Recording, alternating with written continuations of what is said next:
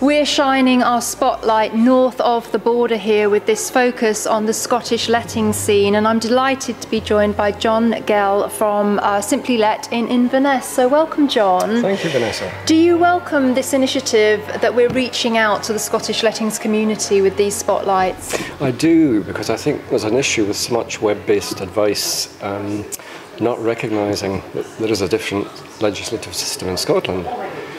And so landlords and tenants who are taking advice from the web could easily be misled because what they're reading won't apply in Scotland, always. So I think it's good that there is the Scottish dimension now to property tribes. Thank you. And what would you say are the main differences between legislation and compliance in Scotland compared to the rest of the UK? Well, the governing legislation in Scotland is the Housing Scotland Act 1988, and the standard tenancy in Scotland for residential tenancies is a short assured tenancy, whereas in England I think it's an assured short hold. It's a slight difference. There's also different mechanisms for ending the tenancy, different dates for lodging deposits now that we have tenancy deposit scheme in Scotland. Just little differences like that. But there's subtle and important differences that landlords need to be aware of if they're thinking of investing in buy-to-let in Scotland. Absolutely, because if you get the deposit lodgement date wrong, big trouble. Yep. Now you've had quite significant changes in tenancy deposit just recently, and there are some quite big deadlines looming as well that lettings agents and landlords have got to comply with. Yes.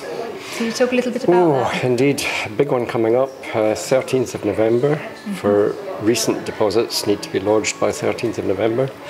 Simply Let as an agency is busy at the moment transferring deposits across to the tenancy deposit holder. It's a time-consuming task, but one that has to be done.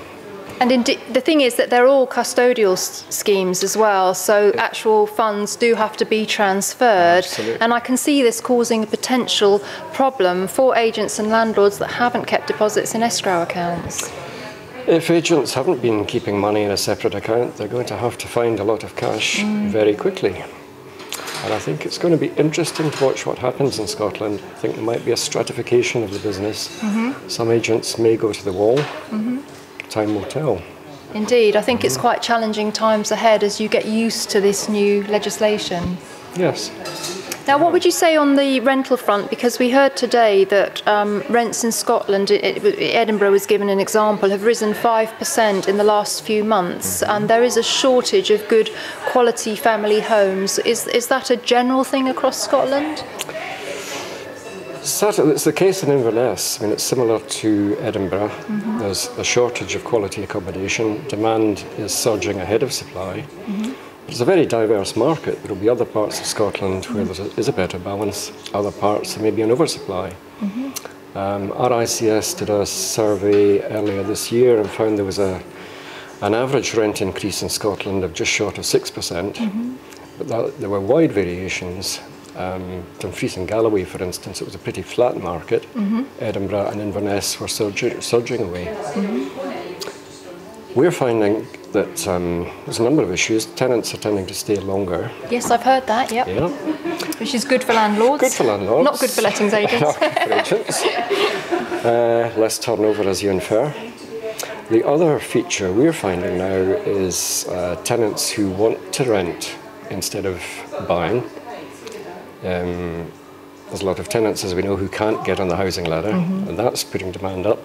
But increasingly we're seeing young professionals who are choosing to rent because they don't want to be burdened with home ownership. They're going to be in Inverness for maybe 2 or 3 years as part of a career path. So they just come and they want to rent. They have the means to be quite choosy and to be selective. And landlords who can see that and cater for that discerning market can do very well. So more of this sort of upper young professional kind of market. Yes. There's lots of potential there.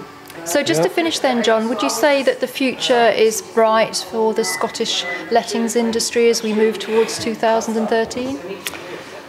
I think it is bright, but we just despair at the approach the politicians are taking, because the Scottish Government has this declared aim of wanting to improve standards in the private rented sector.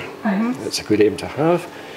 But they seem to be trying to achieve that through increasing regulation of landlords rather than through awareness raising and helping landlords to do a good job. Well, I think there's something that we can learn from that in the rest of the UK, that perhaps government regulation isn't the way forward, and that self-regulation and trying to raise standards from within is probably a healthier way to go. Yes, I would say so. Okay, fantastic. Well, thank you very much for joining us in this Scottish Spotlight. Thank you. And we've been talking to John Gell from Simply Let in Inverness. Thank you for watching.